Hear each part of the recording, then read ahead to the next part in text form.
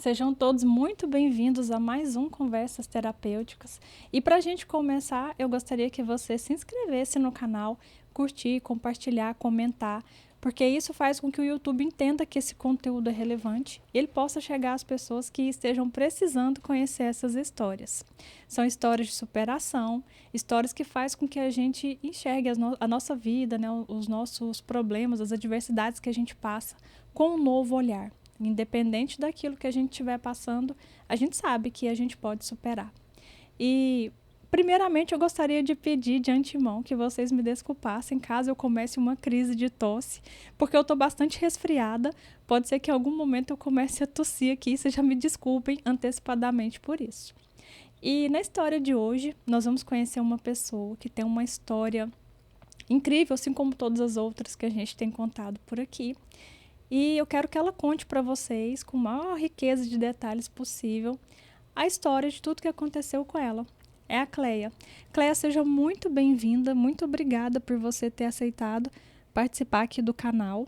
E gostaria de conhecer a sua história. Conta pra gente como é que começou tudo isso, um pouquinho antes do acontecimento, faz um contexto aí para nós, pra gente entender. Ok, boa noite. Então, eu sou filha de uma família do Maranhão, né? Mas eu fui adotada por uma família paulista aos 7 anos de idade e eu vim morar em São Paulo. Vivi parte da minha infância e adolescência em São Paulo. E quando eu completei meus 17 anos, essa família resolveu mudar-se do Brasil e eu tive que voltar. Na verdade, ela se separou. Ela foi embora para fora do Brasil, deixou os filhos com a mãe. Como eu era menina, eu tive que retornar ao Nordeste, né, para minha família. E lá, como toda adolescente, eu conheci uma pessoa, comecei a namorar, me relacionar com essa pessoa. Aquela história da menina pobre que se envolve com o riquinho da cidade. Cidade do interior do Nordeste, né, onde a politicagem gira em torno das mesmas famílias, mas isso também não vem ao caso. E a gente teve um relacionamento. Foi meu primeiro namorado, vamos dizer assim, meu primeiro amor. E as coisas evoluíram até eu engravidar. Eu tinha 17 para 18 anos na época. Quando eu soube da gravidez, como é muito comum no Nordeste, pelo menos naquela época, eu não sei se continua sendo, a minha família me fez fazer uma escolha. Eu deveria sair de casa, né? Eles não me aceitavam com a criança, grávida, enfim. E eu fui deslocada da minha cidade. Nessa época, a família dele tinha duas filhas que estudavam em São Luís, na capital do Maranhão. Eu morava numa cidade um pouco depois. E eles me levaram, né? Eles me acolheram, vamos dizer assim, e me levaram para essa cidade com a história que eu entendi é que eu iria para lá para viver a gestação dessa criança até quando a criança nascesse eu deveria me virar, né? Vamos dizer assim. Eu entendi depois que foi uma forma de me afastar dele, porque eu nunca mais tive contato com ele, né? Então já foram a minha família, ele, e eu fui morar na casa das irmãs dele que estudavam em São Luís.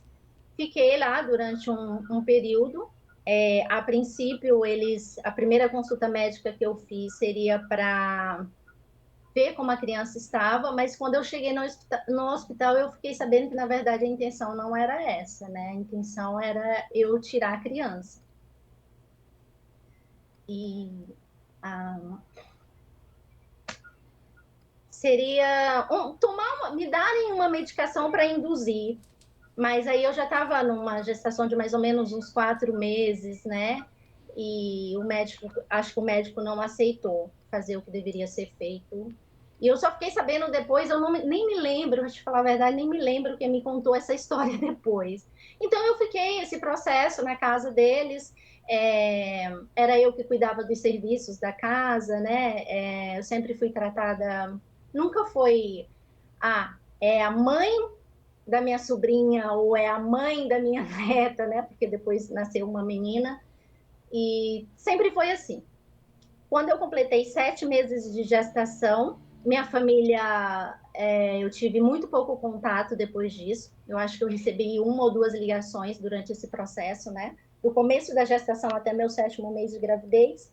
E era assim: você tem que fazer o que tem que ser feito, né?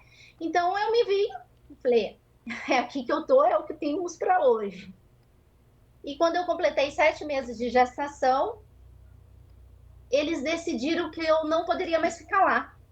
Eu acho que porque a criança já estava para nascer, e eles inventaram uma viagem, que elas iriam voltar para a cidade onde a gente vivia, né, onde a gente morava, e que ou eu voltava para minha família ou eu ia me virar. Só que eu estava numa cidade que eu não conhecia ninguém e eu não podia voltar para casa. Então eu fui para a rua. Eu me lembro que eu tinha só as minhas roupas, a roupa que eu estava no meu corpo, muito pouca coisa, porque eu não recebi também nada assim de, vamos fazer um enxoval para quando o bebê nascer, nada disso. Tudo foi muito. Eu fiquei um tempo, inclusive, cuidando de uma das filhas da irmã dele, como babá dela, né? E aí, depois de um tempo, como a gravidez foi seguindo normalmente, ela não quis mais que eu ficasse na casa dela, então eu fui morar com as outras duas. E eu fiquei na rua, eu me lembro de, olha, só interrompendo aqui, porque durante algum eu não sei se um mecanismo do cérebro da gente, você como terapeuta vai saber melhor explicar sobre isso, eu apaguei algumas coisas, então tem coisas que eu não lembro mesmo, sabe? E eu me lembro de andar pela rua. Eu não saí muito ali da região, porque como eu não conhecia, eu tive medo. Eu estava grávida, né? Então eu fiquei andando pela rua e eu bati de porta em porta, porque eu fiquei com medo de chegar à noite, eu tá, sabe? E eu me lembro que eu batia e pedia ajuda, e as pessoas sempre me falavam a mesma coisa: olha, eu gostaria muito de poder te ajudar, até te acolher dentro da minha casa, mas você está grávida, eu não te conheço, se de repente acontece alguma coisa com sua gestação, eu vou ser responsabilizada. Mas teve pessoas que ofereceram ajuda, mas quando seu bebê estiver para nascer, pode vir aqui que eu compro algumas coisas para você, porque eu não tinha nada, nada. E eu entrei em desespero, eu falei, puxa, e agora, né? E aí eu me lembro que depois de um determinado tempo, eu voltei, sentei na calçada da casa onde eu estava, porque era só aquele pedaço que eu conhecia. E eu fiquei sentada lá. Acho que perdi noção de tempo. A cabeça a mil. E agora o que, que vai ser, né? Sem contato com ninguém. E as casas em São Luís, ela tem, principalmente no centro da cidade, as ruas são muito estreitinhas, ainda tem aquele hábito de ficar na janela, na calçada, batendo papo. E eu me lembro que eu estava sentada na calçada e uma família que morava de frente me chamou, né? E aí me chamou, perguntou o que, que tinha acontecido, porque eles viram que a casa estava fechada, eu estava sozinha na rua, e eu expliquei, falei que o que tinha acontecido. E eles estavam hospedando uma família na casa vizinha, tipo, alugaram a casa vizinha que estava passando o carnaval fora de época, né, em São Luís. E aí eles conversaram com essa família e eles me chamaram. E aí eu expliquei a situação e eu me lembro que ela falou para mim: pois você pode vir para cá, porque enquanto a gente estiver aqui, você não vai ficar na rua, né? E para mim assim, pelo menos onde dormir eu vou ter, o que comer eu vou ter. E aí fiquei, fui ficando com eles, fiz amizade com todo mundo, pude respirar um pouco, né? Porque carnaval, eles eram muito festeiros e tal. E foi assim que deu seguimento. Só que com o passar dos dias, eles não voltavam, né? E aí eles começaram a perceber que eles não iam voltar. E eu me lembro que essa senhora, ela se chamava Lúcia. Ela era enfermeira de um hospital da outra cidade que foi para onde eu fui, que foi em Teresina, no Piauí. E aí ela falou para mim: você quer ir com a gente? Porque a gente não vai te deixar no meio da rua, eles não voltaram, você pelo jeito não tem para onde ir. E eu me lembro que eles arrecadaram entre eles, sabe, o dinheiro da passagem para me levar. Foi assim, foi exatamente por essa parte que eu falei lá no Razões, né? Porque eu falei, nossa, vamos, né? Para onde tiver que ir, eu vou. E fui. Mas uma das condições que eu me lembro é que eles falavam que, infelizmente, quando a neném nascesse, eu ia ter que me virar, né? Procurar alguma coisa e me virar, realmente. Porque eles eram pessoas simples também, não teriam como ficar comigo e com a bebê. E eu, tudo bem, porque até então, na minha cabeça, eu tinha a esperança de que a minha família fosse rever, ou ele fosse me procurar e me tirar daquela situação. O que não aconteceu, né? Eu só sei que eu fui levada para Teresina, num bairro simples, eu fui acolhida, eu fui cuidada com carinho durante esses 2 últimos meses de gestação. Ela, por ser enfermeira, ela estava sempre de olho, sabe? Eu fui muito bem tratada. Não, graças a Deus, foi assim, eu posso te dizer que foi um alívio para mim, sabe? Porque eu estava longe daquela gente toda que só me julgava e eu estava me sentindo segura, né? E foi até assim, até a bebê nascer. Eu lembro que quando eu comecei a sentir as dores do parto, era uma sexta-feira à noite. Eu estava sentada no chão com ela deitada. Ela tinha cabelos bem pretos, parecia uma índia, sabe? E ela estava deitada com a cabeça no meu colo e eu mexendo no cabelo dela. E eu me lembro de falar para ela: Nossa, eu tô com uma dor nas minhas costas. Ela falou: Deve ser da sua posição, né? Você está há muito tempo sentada. Eu falei: Tá, deve ser.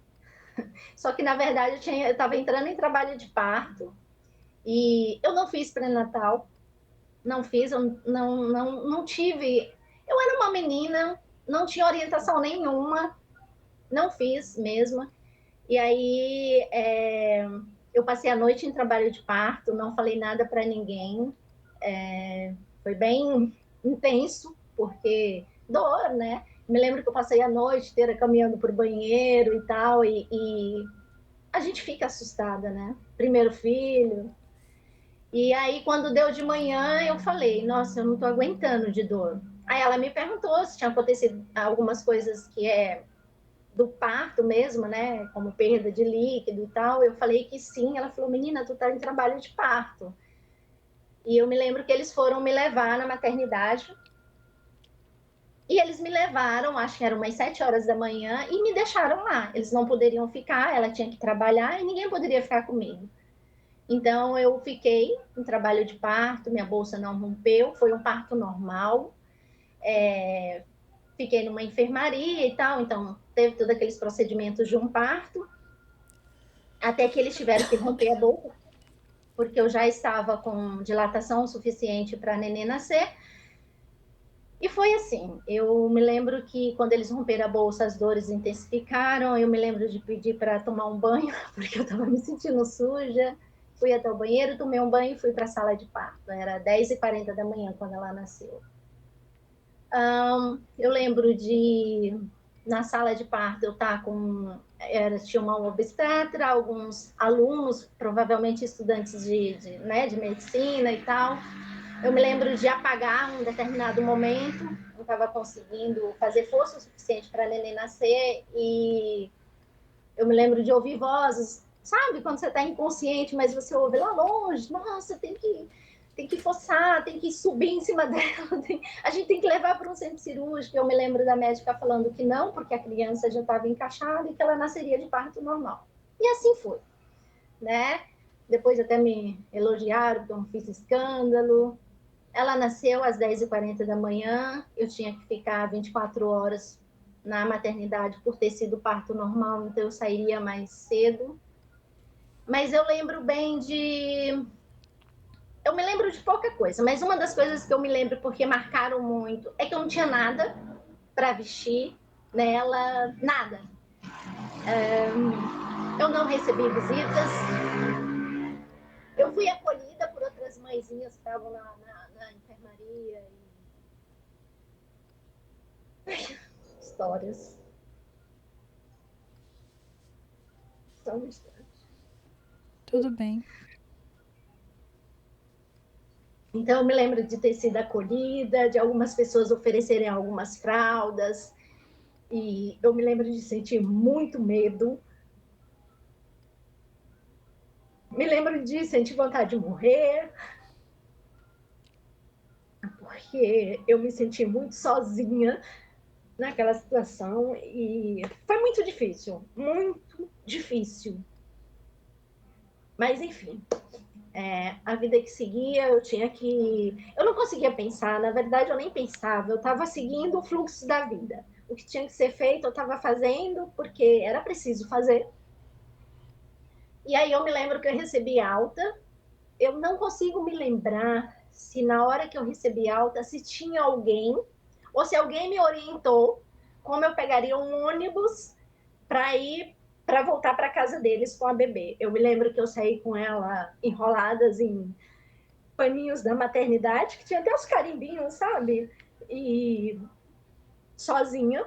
Eu acho que eu estava sozinha mesmo, que eu peguei, alguém me orientou. Eu não consigo lembrar dessa parte, mas eu me lembro de estar no ônibus com o bebê no colo, recém-nascido, e eu me lembro de chegar lá, né? Algumas coisas eu não vou saber te dizer com riqueza de detalhes, porque realmente eu pedi muito para que eu esquecesse, porque me doía demais, sabe? E é isso. E aí os primeiros, eu me lembro de, acho que eu fiquei 24 horas com ela. Eu estava nessa casa, na casa desse pessoal que me cuidaram do jeito deles, mas me cuidaram e foi o único cuidado que eu recebi. Então eu sou muito, muito grata por isso, porque eu não sei o que teria sido. Eu realmente não sei. E aí depois de uns acho que uns 2 dias, sabe, começou-se a cogitar a ideia da adoção, né? Que seria uma saída para aquilo tudo, porque eu não tinha apoio de ninguém e eu não sabia o que ia ser da minha vida. E tinha um casal de vizinhos, que eles tinham 2 filhos homens, e na verdade ela contou a minha história, para um irmão que era político na cidade, e ele não tinha filhos. Eu não sei se a mulher não poderia ter filhos, e ele pediu para que ela conversasse comigo, que se eu quisesse entregar para adoção, ele queria a criança, né? E eu pedi um tempo para eles na verdade eu não pedi, eles me deram esse tempo para elaborar essa ideia na minha cabeça, porque sabe aquela sensação de que é minha, sabe? E eu não queria me desfazer, não era uma boneca que eu ia dar, era uma criança e eu realmente não sabia do que seria da minha vida, mas junto no meio daquilo tudo, daquela dor toda, tem aquele, poxa, sabe? E então eu fiquei pensando, porque eu estava amamentando, eu tinha muito leite, dava para amamentar umas 3 crianças. Apesar de eu pesar 47 quilos, porque eu sou pequenininha, eu tenho 1,55 e na época eu fiquei bem magra mesmo. Mas enfim, fui amadurecendo a ideia na minha cabeça e eles estavam viajando, esse casal. Então a ideia era que eles fossem, providenciassem todo o enxoval da bebê e ficassem com a criança até eles retornarem de viagem, né? Só que eles não, eles se apaixonaram por ela e não quiseram entregar a menina para eles que aí eu já tinha decidido, eu tive que ir em cartório para fazer toda a papelada mesmo, eu ainda estava de resguardo ainda, sabe? Então assim, estava muito fragilizada, mas eu estava meio que adormecida. Eu estava fazendo o que era prático, o que tinha que fazer, porque aquela situação estava insustentável. Ficar com uma bebê sem nada para vestir, sem nada, sabe? Graças a Deus eu tinha muito leite, então não ia faltar. Eu estava sendo bem alimentada, então esse processo eu não passei. Então eu já tinha decidido que seria o melhor, né? Eu não pensei, eu não quero ter trabalho. Eu pensei, o que eu vou fazer? Eu não tenho onde morar, eu não tenho trabalho, o que eu vou fazer com essa criança? O que vai ser? Uma menina, sabe? A exposição, duas meninas, né? Eu tinha acabado de completar meus 18 e, enfim. Então, eu optei por entregar a menina para eles. Eu lembro de ir no cartório com eles. E o que eles me falavam era o seguinte: fizemos todos os trâmites legais de adoção. Eu pedi para que mantivesse o nome que eu tinha dado, né? E a casa era duas casas só, do mesmo lado da calçada, mas duas casas à frente da casa onde eu estava. E o que eles sempre me disseram era que ela cresceria sabendo da história dela, que eu poderia ter contato com ela e que eles iam dar o melhor, que seria o melhor para nós duas, porque ela estaria segura. E foi nisso que eu me apeguei, né? Foi isso que eu decidi, pelo melhor por ela, sabe? E só que nada disso aconteceu, né? 15 dias depois que eu estava lá, eles arrumaram um emprego para mim, numa casa de família do outro lado da cidade, e eu teria como ir lá a cada 15 dias, né? Para visitar, para ver se estava tudo bem. E durante algum tempo foi assim que aconteceu, mas chegou uma época que eles pediram para eu não ir mais. Porque eu acho que aí começa aquela coisa das pessoas que chegam, que falam, ah, porque ela vai levar embora, porque qualquer hora ela vai estar bem, se sentindo segura, então ela vai pegar de volta. E acabou que eles me afastaram dessa forma, até um ponto de me dizerem que eles tinham mudado de lá. E eles não sabiam mais onde ela estava. Então, para minha própria saúde mental, eu optei por não voltar mais no bairro. Eu optei por me afastar de tudo aquilo, porque era muito doloroso para mim. E eu estava adoecendo, eu estava totalmente desestruturada, né? Eu estava sobrevivendo. E para mim era menos doloroso, sabe? Aí eu comecei a conhecer outras pessoas, fazer amizade, então eu já tinha para um dia, cada 15 dias, eu não precisava necessariamente ir voltar naquele lugar. E isso tem 28 anos. Eu lembro de pedir para voltar para minha casa, porque eu queria colo, de verdade, eu queria colo. E me negaram, de novo. E aí eu me lembro de falar, então tá bom, ah, espera mais 2 anos, aí você volta. Eu me lembro de. Isso foi uma frase que foi. Depois disso tudo, foi uma das coisas que mais doeu em mim, mas para mim foi a decisão mais. Enfim, eu falei: daqui a 2 anos, se eu estiver viva, eu não volto mais. E nunca mais voltei. Então a vida seguiu o seu fluxo. Eu fui trabalhar, eu sempre trabalhei muito, estudar. Eu fiz o meu melhor, o que eu tinha, como eu pude, e sobrevivi.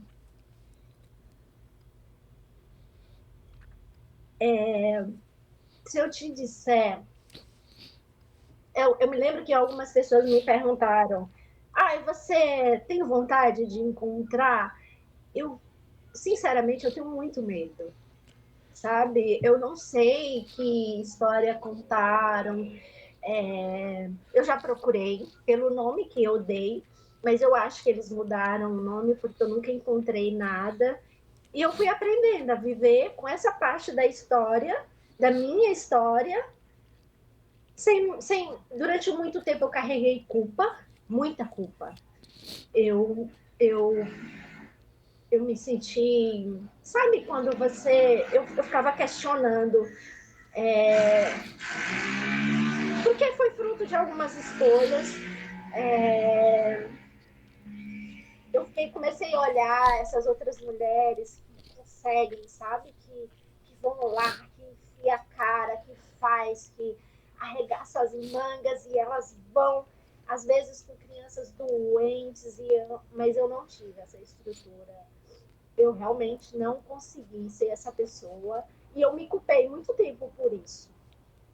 Sabe? Eu achava que eu tinha sido fraca, que eu tinha falhado como filha, como mulher, como mãe.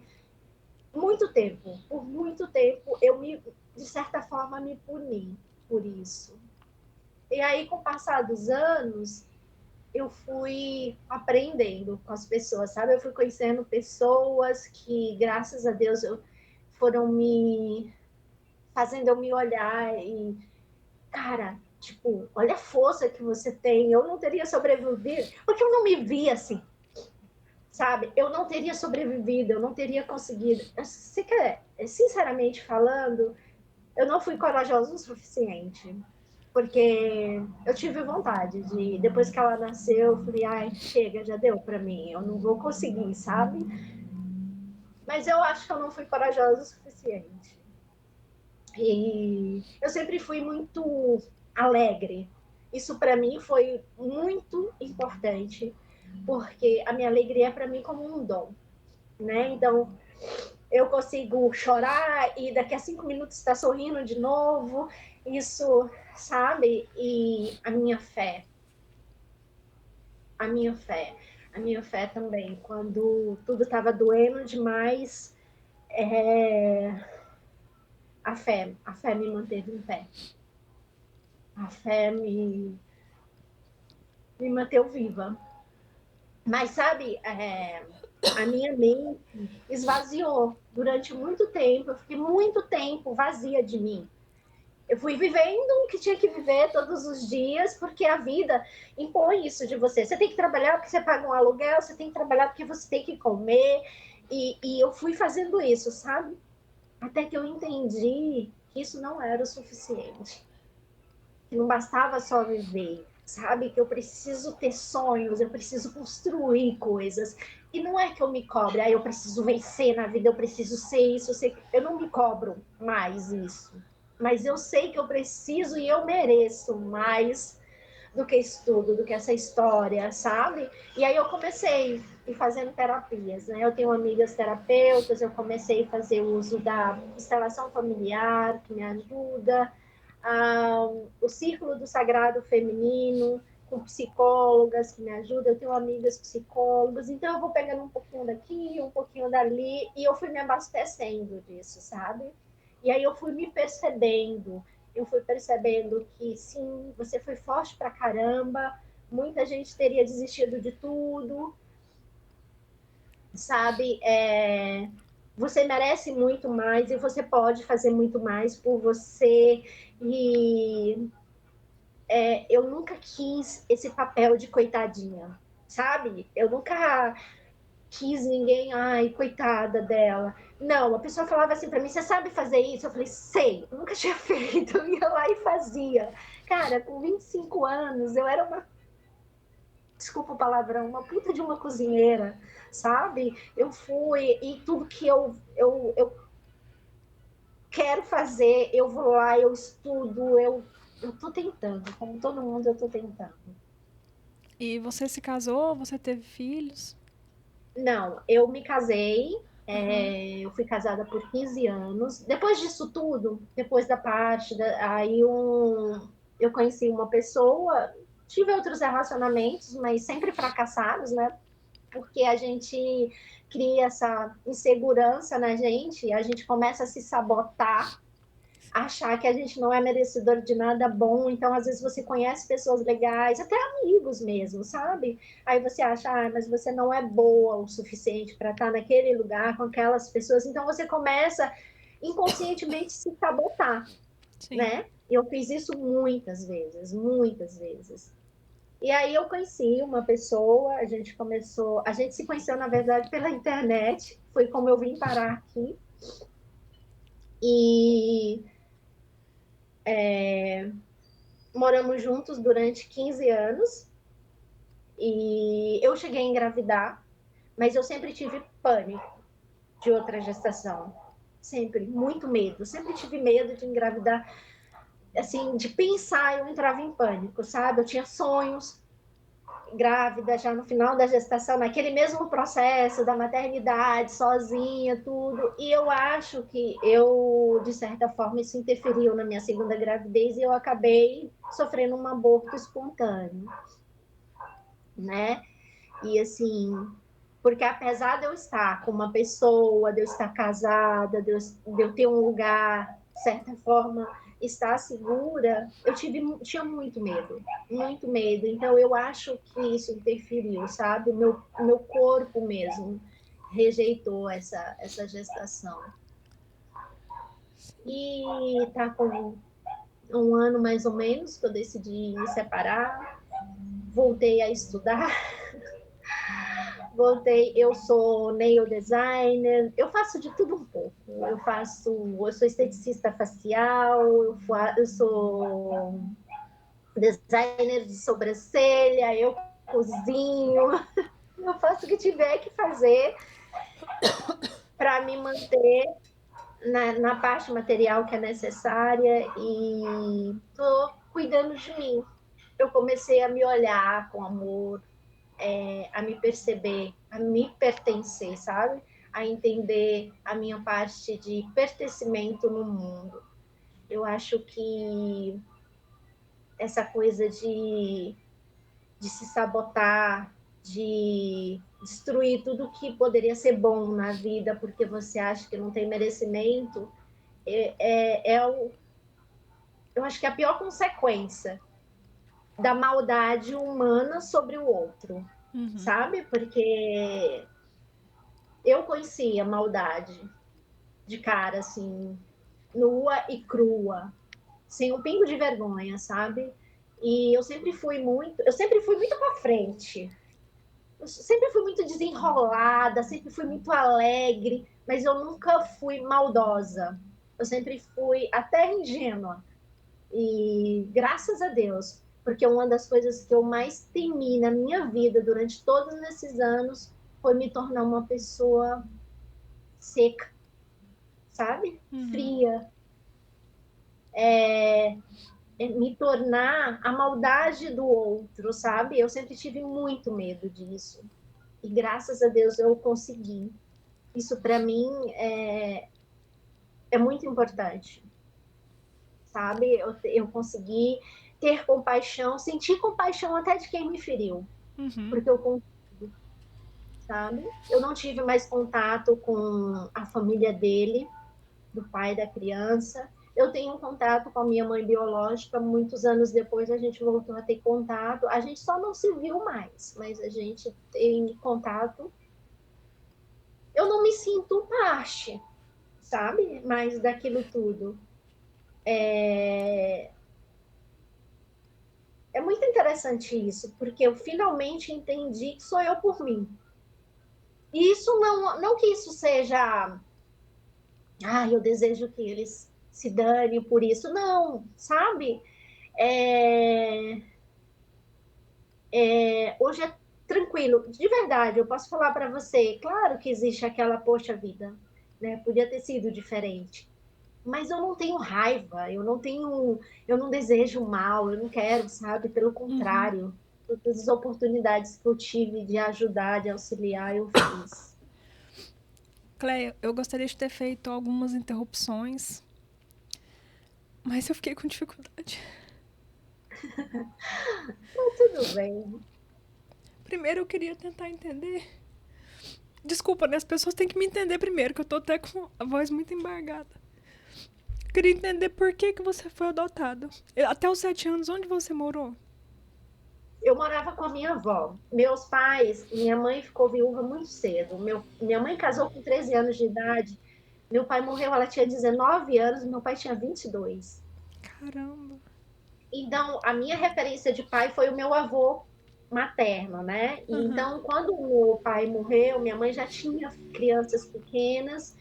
Então, o que que o meu avô fez? Nos levou para viver com eles. Só que as pessoas daquela época, eu não sei se pela própria educação que receberam, por toda a vivência deles mesmos, eles eram muito endurecidos, Aham. sabe? Então, assim, a minha avó era muito assim, e minha mãe nos deixou com meus avós até para trabalhar em outra cidade. Eu tinha uns tios que trabalhavam com esse negócio. Nessa época era muito comum trabalhar com garimpo, com ouro, essas Aham. coisas. E a minha mãe, ela ia para cozinhar para eles. E o que aconteceu? Quando eu tinha 7 anos, minha avó sempre fazia isso comigo. Eu sempre fui muito arteira. Eu não era uma criança maldosa, mas eu era arteira. Eu gostava de brincar na rua. Eu era um moleque. Eu subia em muro, eu subia em árvore, eu era mal criada. Eu sempre fui a ovelha negra da família. Aham. Aquela que responde, que bate de frente, sabe? E a gente não se dava bem. Minha avó não tinha o mesmo tratamento comigo que ela tinha com os outros netos. Então, ela estava sempre me mandando para casa de alguém. Então, um ano eu passava na casa de um tio, aí depois eles me devolviam, aí ela me mandava para casa de outra pessoa. Por 2 vezes eu fui mandada para casa de pessoas desconhecidas. Olha que interessante, porque a primeira família que me recebeu era um casal de idosos que morava em Teresina. Foi a primeira vez que eu fui para Teresina. Minha avó tinha uma senhora, que era da congregação dela, que morava em Teresina, e ia para minha cidade vender tecidos. E minha avó simplesmente me deu para ela me levar para um casal de pessoas. Eu, como criança, não entendia nada disso, eu só ia. E eu me lembro de passar por situações bem, bem difíceis lá. E ela me devolveu também. Então, eu fiquei um tempo na casa dessa outra senhora, que também judiou um pouquinho de mim, e depois ela me devolveu para minha avó. Quando eu tinha 7 anos de idade, umas amigas da minha mãe, que tinha vindo morar em São Paulo, trabalhar em casa de família, voltou para passar férias na nossa cidade. E falou de um casal, que era amigo das patroas dela. Ela trabalhava no Itaú, ela estava grávida, esperando um menino, e ela tinha um outro menino de 7 anos de idade. E ela queria uma menina. E minha avó me deu para essa família. Então, eu me lembro que eu viajei para São Paulo, muito assustada, né? Tipo, oi? Mas eu era só uma criança também. Então, eu me lembro de chegar em São Paulo, estava frio, e eu fui levada para casa dessas pessoas, que para mim virou referência de família, né? Porque eu fiquei dos meus 7 aos meus 17 com eles. Então, assim, era. Minha mãe não estava na cidade na época, né? Minha mãe nem sabia, porque na época não tinha telefone, não tinha orelhão para tipo ligar e avisar o que ela tinha feito. Minha mãe soube um ano depois que eu estava morando em São Paulo. Então eu não cresci com os meus irmãos, eu não vi meus irmãos crescerem. Eu tenho zero contato com os meus irmãos. Eu tenho Mas uma irmã. você chegou a sofrer violência sexual durante esse tempo que você ficou nessas casas de pessoas? Não, não, Mais não, violência, mais violência do tipo de apanhar? não, não, Também não. não, eu não cheguei a passar por isso. Graças a Deus eu não cheguei a passar por isso. Tinha aquela coisa, né, do castigo da criança que fez arte, que aprontou, mas eu não cheguei a sofrer violência, não. Tanto que, mesmo depois que eu voltei para o Nordeste e ela foi embora para os Estados Unidos, eu sentia falta. Eu sonhava, sabe? Como se ali fosse a minha casa, ali porque virou minha referência mesmo de família. Eu sentia falta, como se fosse a minha casa. Eu sentia mais falta depois deles do que da minha família biológica. Entendi. E você não tem contato com eles mais? Com essa família, É. sim. Eu passei 15 anos sem contato, porque ela, como ela morava de aluguel, a gente morava de aluguel em São Paulo, e ela tinha ido embora para fora do Brasil, eu não tive mais contato. Minha cidade era uma cidade muito pequena, eles não tinham um endereço fixo, então não tinha como escrever uma carta e tal. E aí, o que aconteceu? Quando eu conheci o meu ex-marido e eu vim, porque com 3 meses que eu o conheci, ele foi para Teresina, onde eu ainda morava, para me conhecer pessoalmente, e a gente decidiu que ia viver essa relação, né? Só que ele queria já me trazer para São Paulo e eu não aceitei. Eu tive um pouco de medo e tal, e eu falei para ele esperar um pouco mais. Então, um pouco mais, mas tipo 3 meses mais. E aí eu finalmente vim. Quando eu cheguei aqui, foi quando eu fiz o meu primeiro Facebook.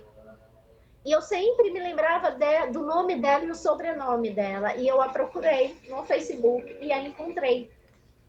Então eu já entrei em contato Aí foi quando eu fiquei sabendo que ela estava morando em New Jersey, nos Estados Unidos, que tinha construído outra família, que agora os meninos moravam lá, inclusive se tornaram adultos lá, e a gente voltou a ter contato. Ela mora em New Jersey, mas ela tem casa em São Paulo, e é outra situação agora, né? Agora eu sou uma mulher, agora teve toda essa história, e a gente é assim. Ela diz que eu sou filha dela, eu digo que sou filha dela, e tá tudo certo. Entendi. De tudo que você passou, qual situação que você acha que foi mais difícil? A entrega do bebê, O sem momento da dúvida. entrega, né? O momento da entrega, porque eu realmente nutria a esperança de que, sabe aquela história? Ah, ninguém quer até o bebê nascer, entendeu? Porque eu Aham. pensava que se eles não me quiserem, pelo menos ficam com a criança, porque eu sempre vou saber onde tá, sabe? Eu tinha essa esperança. Da minha família mesmo, eu não tinha muito assim, eu não achava que eles fossem fazer isso, sabe? Mas da família deles eu tinha esperança que eles fizessem, que eles ficassem com ela, mesmo que eu não tivesse contato, mas eu sabia que ia estar com gente que, né, que de alguma forma estava ligada a mim, né? Porque, enfim, é laço, eu achava que era. Então eu entendi que isso não existe. De todas essas pessoas que passaram pela sua vida, qual você acha que foi mais cruel, assim? Que foi o que mais te doeu, assim, de ter Sem se dúvida, relacionado com essa pessoa? Sua família minha família biológica. biológica. Eu achei que família era família. Que não, sabe, a minha ideia de família era essa. Não interessa o que fez, é nosso. A gente cuida, sabe? Eu acho que foi mais complicado porque os outros, né? É só os outros, mas eu achava que sangue, sabe? Eu tinha a ideia de que o sangue era o suficiente, que alguém ia olhar e falar assim, poxa, era uma família tão grande, sabe? Alguém olhar e dizer, não, vem para cá, que eu comer, você come, e tá tudo certo, a gente vai se virar, porque de alguma forma eu ia me virar, né? Uma vez que estivesse ali, uma certa base, um apoio de alguma forma, eu ia me virar. Eu sempre trabalhei, eu sempre fui, sabe? Então, a vida impõe isso pra gente, a gente vive, a gente vira uma pessoa adulta, é isso, né? Estudar, trabalhar e cuidar Uhum. da vida, e seguir por mais difícil que seja. Mas isso não aconteceu. Então foi uma sequência de abandonos, Foi. sabe? Uma sequência de, E desde o tipo, início, né? Desde o início, não foi só a partir daí. desde sempre, desde Sim. sempre. Então, assim, essa ideia de que família não existe para mim, sabe? Aham. De verdade, eu posso te dizer, eu tenho um afeto, eu sinto falta das coisas que eu não participei, que eu não vivi, mas sabe quando você acostuma? Aham. Acostuma. Você acostuma a viver sem as pessoas, você, durante muito tempo, a saudade dói, e depois para de doer, Uhum. né? Porque eu não sei se você cria algum tipo de defesa, ou é um instinto natural de, sei lá, eu não sei. Eu acho que tudo é instinto natural de sobrevivência. Ou você larga disso, ou você vai morrer, você vai definhar até morrer. Sim. Então, E é hoje seguir. você conta com alguém hoje? Não, Se passar alguma dificuldade, você tem alguém para recorrer? Amigos? eu tenho pessoas que eu tenho amigos, graças a Deus eu tenho amigos. Eu posso te dizer assim, por exemplo, essa minha amiga que eu tô na casa dela, ela fala, irmã, se eu quero que você conquiste as suas coisas, mas se não tiver jeito, eu tô aqui, sabe? Mas assim, estou aprendendo que eu não posso contar com isso. Uhum. Você mora sozinha? Agora eu estou organizando essa parte da vida, né? A questão da moradia, porque como o apartamento é do meu ex, eu estou nessa busca, né, de casa. Eu trabalho com salão atualmente também. Estou estudando gastronomia. Agora eu dei um tempo no curso até por conta de que eu precisava organizar essa parte da separação, porque aí a separação é outro luto, né? Uhum. Você vai viver outras etapas da vida. Porque até então ali era teu porto, aí de repente já não é mais. E aí eu tô. Mas sabe que é outra força, sabe? É outra. Parece que finalmente alguma coisa falou assim, cara, sai dessa. Vai fazer alguma coisa porque para de ser útil para as pessoas, sabe? Porque essa coisa da utilidade é um negócio muito sério. As pessoas te querem por perto porque você é útil aos propósitos delas, você vai servir para elas em algum momento. Então, durante a minha vida inteira eu fiz isso. Me colocavam que nem pecinhas de xadrez ou de dama, sei lá do que. Você vai ficar aqui, você vai ficar aqui, você vai viver isso. E finalmente eu falei, não, chega, sabe? Sabe aquele bichinho que fica preso ali no pé Aham. da mesa uma vida inteira e aí de repente ele se vê sem essa marra Aham. e ele nem se deu conta porque ele a vida inteira teve naquela mesma situação? Aham. Então, algumas pessoas falam assim, mas você ainda está em determinada situação porque você quer, porque você pode, porque você não sei o quê. E não é assim que funciona. Não é assim que funciona, porque quando o bicho pega de verdade, é só você por você, entendeu? Aham. Você ficou com dificuldade, assim, de se relacionar com pessoas no sentido de se apegar?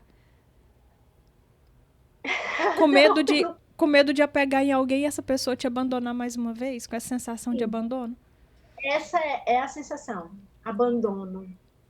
E aí eu estou trabalhando essa outra parte da vida.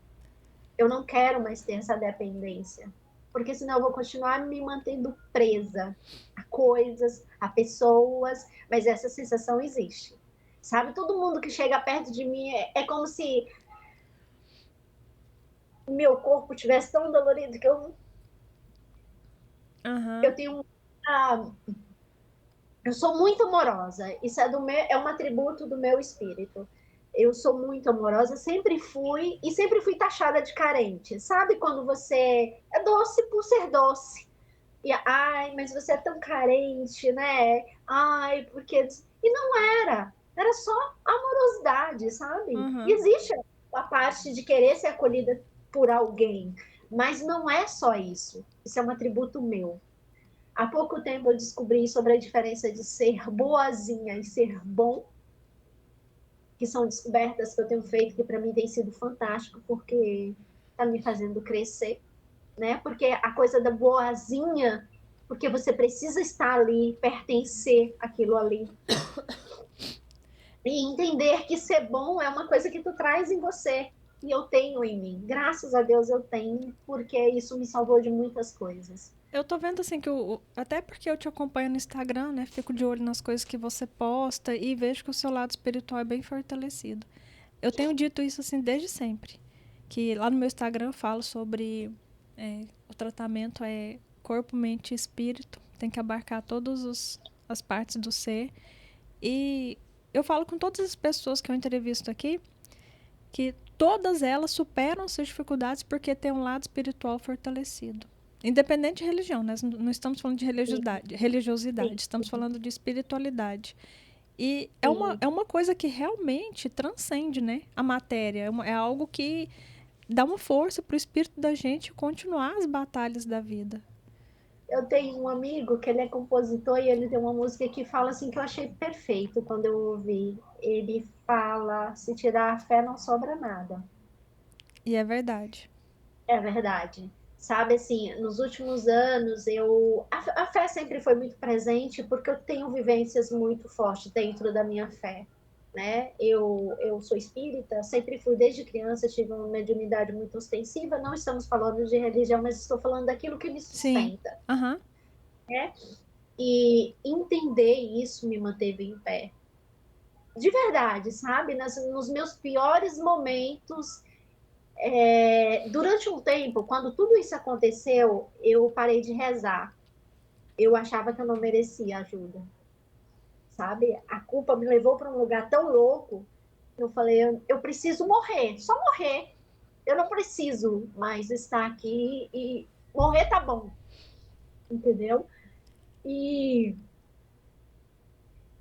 mas de repente eu me vi numa situação de que já que você tá sozinho, existe um Deus, cara, é isso. Esse mundo inteiro, não interessa o que aconteça, ele vai te sustentar, sabe? E aí eu comecei a buscar me nutrir de coisas assim. E sempre que eu tiver a oportunidade de estar com pessoas, sempre que eu puder, essa vai ser a minha principal fala, sabe? Não interessa se tu não vê, existe alguma coisa maior por trás de todos nós e você precisa te sustentar nisso. Porque as pessoas, a maldade existe. Houve um tempo em que eu acreditava que, tipo assim, eu acreditava em todo mundo, até que essas pessoas me provassem o contrário. E elas me provaram, uma por uma, sabe? Assim, da forma, às vezes, muito sutil, sabe? Mas ali, sempre que eu percebia, elas estavam me machucando também. E eu decidi que isso não faria parte de mim, sabe? Eu não seria essa pessoa. Eu seria aquela pessoa que acolhe. Eu seria aquela pessoa que, se eu não tiver nada para te dizer, eu vou ficar calada, sabe? Nossa, em Porque tempos de internet isso é tão importante, né? Meu Deus do céu. se eu não tiver nada de bom para dizer, eu vou fazer que seja uma piada sem graça para tu sorrir. Eu vou fazer palhaçada porque eu sou essa pessoa. Olha, eu comecei esse canal aqui no intuito de contar as histórias de superação. E no começo estava muito legal. Eu adoro interação com as pessoas. Eu adoro me relacionar com as pessoas. Eu estava respondendo todo mundo, os comentários. Eu ia lá, respondia. Né? Depois as pessoas iam no meu Instagram e a gente continuava conversando, aquela troca e tal. E de repente eu comecei a receber tanto hate, tanto comentário ruim. E no começo eu achava engraçado, né? Eu pensava, nossa, a percepção que a pessoa teve, né? Às vezes tinha algumas críticas que eu falava assim, a pessoa tem razão, é melhor eu olhar isso aqui, né, para melhorar. Eu não nasci entrevistadora, né, não é minha profissão. Eu tô aqui realmente fazendo uma coisa que eu acredito que vai ajudar as outras pessoas. E aí, de repente, comecei a receber críticas, mas assim, muito ofensiva mesmo. E os meus convidados também. Né, que tá aqui com história de superação e começou a receber muito hate. Eu falei assim, sabe qual vai ser a solução? Infelizmente, eu vou ter que parar de interagir com as pessoas que estão aqui doando amor também, porque estamos fazendo mal. É uma energia que faz mal pra gente, né? Alcança a gente, baixa a energia da gente na hora. E aí eu fiz isso. É uma coisa que eu sinto muito, porque eu sinto falta de vir aqui, de ler os comentários, de conversar com as pessoas, né? Eu sinto falta disso. E aí o que você falou isso é exatamente, né? Se a gente não tem nada de bom para falar, que a gente guarda pra gente. Né? Eu fui lá no. A gente vai lá no Instagram da Gretchen, por exemplo. Meu Deus, as pessoas criticam a aparência dela assim com uma severidade, né? E depois a gente quer que as pessoas tenham saúde mental. Tem que partir da gente, né? Essa relação mais amorosa, não só com a gente, mas com os outros também. Eu Quando essa coisa do Razão para Acreditar aconteceu, eu falei, putz, e agora? Porque, assim, eu fiz o comentário uns 3 dias depois eles tinham feito a ilustração e eu comecei a receber um monte de mensagem, um monte de vídeo meu que tinha 30 visualizações, de repente foi para 1.000, 2.000, eu falei, meu Deus, o que está acontecendo aqui? E muitas mensagens, eu tive muito medo, porque é uma coisa, de repente deu aquele boom e eu pensei, gente, olha que louco, olha que coisa Sim. forte isso tudo, olha o poder que as pessoas têm na mão e pro positivo e pro negativo. Então eu comecei a ter medo desse Aham. julgamento. Aí pessoas, nossa, eu quero saber do restante da história. Teve gente que se disse jornalista me procurando, e aí depois eu fui ver o perfil da pessoa, tipo assim, assuntos tipo. É como se a pessoa fizesse reportagens para Globo, mas aí você ia ver o perfil da pessoa, tinha 800 seguidores, não sei o quê, zero postagem. Eu falei, isso aqui tá meio estranho. Então, Sim. não dei muito. Aí teve gente, nossa, eu gostaria de saber da sua história, isso daria um livro, não sei o que. Eu não tô. Isso não me preenche, isso não enche os meus olhos, sabe? Não é o que não me deslumbra. Eu não tenho necessidade de ser importante, eu prefiro ser útil, Uhum. sabe? Mas eu não tenho essa necessidade de ser. Lógico que se acontecer, eu estou aberta, porque É. vier que seja positivo, Sim. sabe? Mas eu achei muito interessante, muito massa, porque em momento algum eu recebi comentários grotescos ou ofensivos, me julgando, porque quando a minha história aconteceu, 2 dias depois que eu tinha feito a adoção da minha filha, teve gente que me apontou, sabe? Ah, você não ficou com a sua filha porque você não quis ter trabalho. Eu engolia seco e deixei passar, sabe? Então, criou-se, foi muito interessante perceber, eu falei, ufa, graças a Deus, porque teve, acho que uma pessoa que veio com um tom, tipo assim, eu queria saber o restante da história, eu botei meio que por cima lá, e a pessoa veio, nossa, mas ela precisa saber da história dela, ela tem direito de não sei o quê. Aí eu contornei da melhor forma possível, né? Defendendo, até falando, olha, às vezes a pessoa não faz por maldade, ela tem medo também, são outras pessoas, eles, querendo ou não, foram eles que acolheram, não tenho como fazer Sim. esse julgamento, sabe? Não, Então, infelizmente eu tenho que falar para as pessoas que vêm aqui dar entrevista, eu tenho que pedir para elas não lerem os comentários. Porque tem histórias tão tristes assim, sabe, que eles ainda têm coragem de vir aqui falar maldade para as pessoas. Então eu falo, olha, vamos cumprir o nosso propósito, porque os hates, eles representam mais ou menos de 1 a 3% dos comentários, sim, mas marcam a gente profundamente. E a gente tem que sim, focar nos outros 97% de pessoas que estão sendo beneficiadas, né? Eu recebo muitas sim, mensagens de, nossa, eu estava passando por uma situação difícil, eu vi a fé da outra ali, eu fiquei com muito vergonha de não ter tido a fé que ela teve, agora eu estou buscando. Recebo muitas mensagens assim, e é isso que tem que mover, a gente tem que focar nisso. E aí eu falo pro convidado, olha, não leia. Não leia os comentários porque pode ser doloroso, né? E, infelizmente, sim. Cleia, o tempo aqui de gravação nosso é só de 1 hora, né? Eu falaria com você mais umas 10 horas, mas o nosso tempo aqui é muito curto. E eu gostaria de fazer 2 perguntas para a gente finalizar. A primeira é Ok. se você reza pela sua filha, se você tenta se conectar com ela espiritualmente, através disso. Pode responder essa primeiro, depois eu faço a outra. Eu sempre peço. Eu tenho uma ligação com Deus muito simples, Aham, sabe? Quando algo bom acontece, onde eu estiver, eu falo, Deus, obrigada. Quando algo não está tão bom, eu falo, me ajuda aí, senão eu não dou conta. Minha relação com Deus é muito assim, aham, né? Eu me conecto com Deus no meio do mato, sabe? Eu sou Deus, eu acredito no Deus de Spinoza, sabe? Que está no uhum. pássaro que canta, no olhar da criança. Tá E em a tudo. minha reza é essa, sabe? Uhum. Deus, cuide, toma de conta daquilo que eu não pude, do que os meus olhos não veem. Você sonha com Guarda. ela? Nunca. Eu nunca sonhei com ela. Nunca. Eu sonho com a gestação e o Aham, medo que eu tenho da gestação. Mas ela nunca foi uma presença para mim. Nunca. entendi. Eu E, lembro dela, mas eu não lembro de nunca ter sonhado com ela. e queria que você deixasse uma mensagem final, assim, se você pudesse, através da sua história, passar uma mensagem final. Qual seria? Não deixem as pessoas fazerem você acreditar que você não pode, sabe? Não deixe que as pessoas te machuque tanto, tanto a ponto de você não conseguir se olhar como pessoa. Não deixe que isso faça você perder a sua fé, porque existe muita coisa que a gente não conhece, mas eu acredito num Deus que sabe meu nome e que olha por mim.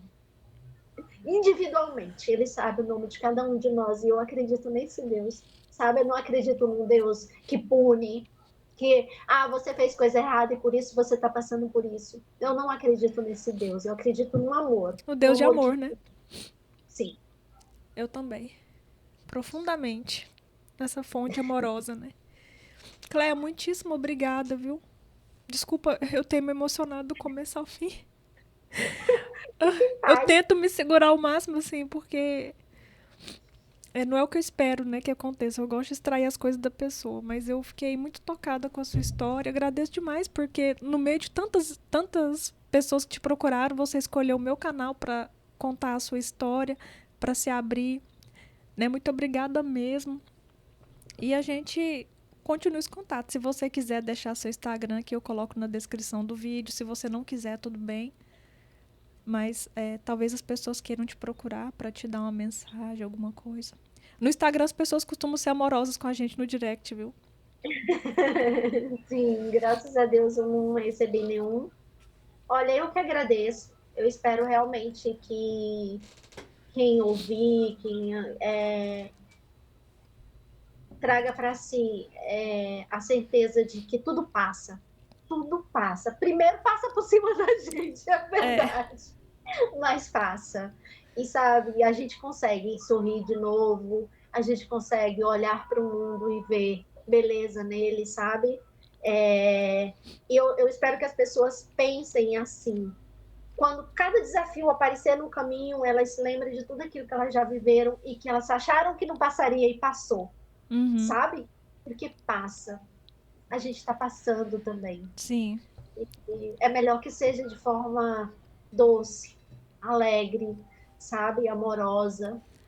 Eu realmente desejo isso. Eu gostaria de poder abraçar as pessoas que estão sentindo uma dor tão profunda que elas percam o contato consigo mesmas, sabe? Eu que Porque fiquei com eu vontade de te abraçar. Eu fiquei com muita vontade de te abraçar. Quem sabe um dia a porque... gente consiga, né? Opa, vamos lá. Estou sempre aberta para um café. Adoro. Eu faço bolo. Ó! Oh. Ai, muito obrigada mesmo. Eu que agradeço. Eu não estava, eu acho que eu nunca vou estar preparada 100% para falar sobre isso, sem chorar, porque o tempo não cura nada, tá? É mentira essa história. Ele te ensina a ressignificar, a dar outra direção para a tua história, mas ele não cura nada, tá? Ele te fortalece. Você faz a tua escolha, sabe? Eu quero ser forte ou eu quero passar o resto da vida sentindo essa dor. Eu escolho, de vez em quando ela bate, eu me recolho, me acolho, mas eu tô seguindo em frente. Muito obrigada, que Deus te abençoe. Amém. A todos nós. Esse foi mais um episódio do Conversas Terapêuticas, né? Talvez você se emocione tanto quanto eu me emocionei. As histórias aqui realmente são, assim, muito impactantes. Mas é no intuito de te ajudar também. De que qualquer adversidade que você estiver passando, você entender essa mensagem que a Cléia deixou pra gente, que tudo passa. Para você aguentar firme mais um pouquinho, alimenta a sua fé, que no final dá tudo certo, tá? Eu quero pedir para você também, que não está inscrito aqui no canal, se inscrever, comentar, compartilhar, curtir, porque isso vai fazer com que o YouTube entregue para pessoas que estão precisando dessa mensagem aqui. Então eu peço o seu apoio para você fazer essa medida simples, mas que pode fazer diferença na vida das pessoas, tá? Então esse foi mais um Conversa Terapêutica, a gente se vê no próximo episódio. Obrigada!